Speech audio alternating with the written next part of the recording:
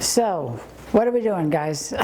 So, Can you talk about what you'll be lecturing about here? well, the title is An Insider's View of Washington. So that's what I'll be talking about, what's going on in Washington today, how it's also being affected by the presidential campaign and vice versa. You're going to be speaking to kind of a young generation of voters. Is there anything you want to make sure they get by the end of your series? Well, I certainly hope that it is a young generation of voters, because that, of course, is the most important single thing, is to get out there and vote. And I know Texas has made it harder.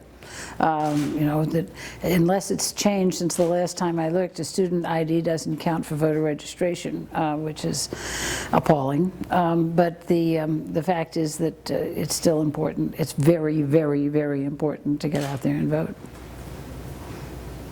What do you think has set this race apart from past races? Or what do you think is going to set this race apart? This presidential race?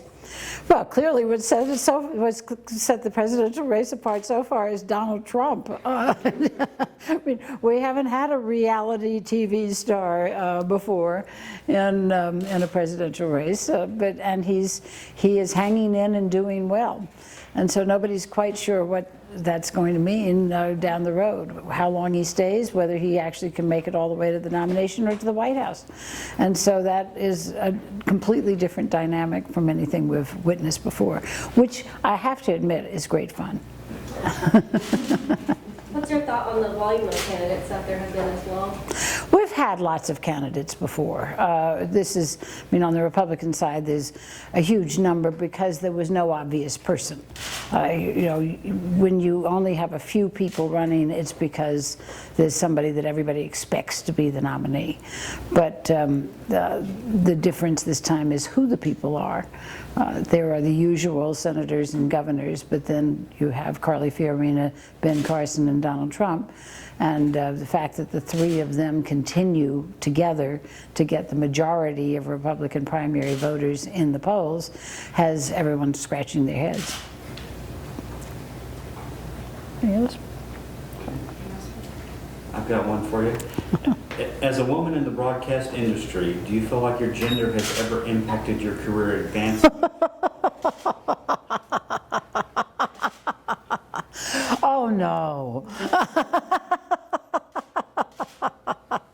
I know, I see you're reading it. Yes, is the answer to that question. Can you talk a little bit about that? Well, obviously, in the dear, dead, dark days when I first went into this business, it was almost impossible for a woman to get a job. People said out loud, we don't hire women to do that. They often said it with their hands on your knee.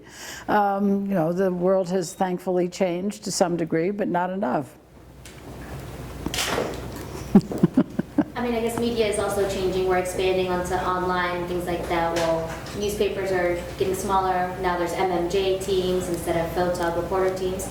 Anything to say on the changes going on? Well, obviously changes in media are reflective of changes throughout society, and everybody's expected to do a lot of different kinds of things instead of just be focused in one place doing one thing for all of their lives. I have reported for print, radio, and television for 40 years, so it's not new to me to be having to perform for different media. The difference now, of course, is the 24/7 nature of it, and I think that's got a lot of very inherent problems involved, because it means that people are filing so often and expected to be tweeting and blogging and all kinds of things, even if they have regularly scheduled broadcasts or deadlines for print publications, that it's very hard to report. So if people are spending all of their time emitting, they're not reporting, and that's a problem. I guess back on the topic of the presidential race, how do you think that social media, as well as just normal 24/7 media, has impacted how the candidates are seen and how voters' perceptions could be different than they were maybe 50 years ago? You know, I'm not sure that social media is having that big an impact on the presidential race because of the fact that Trump is known to people from television. And so it's an interesting old media presentation of the most noticed candidate in the field at the moment. Now he tweets, and so I guess his responses to what's going on are somewhat paid attention to. So that is some aspect of new media. But I don't see the journalist in new media having much of an impact so far. Anything else?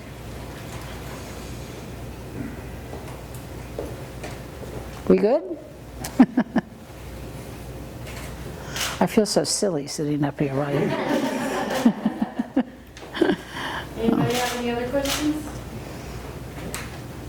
This was good. Okay, thank you all for coming. It's very nice of you to come out.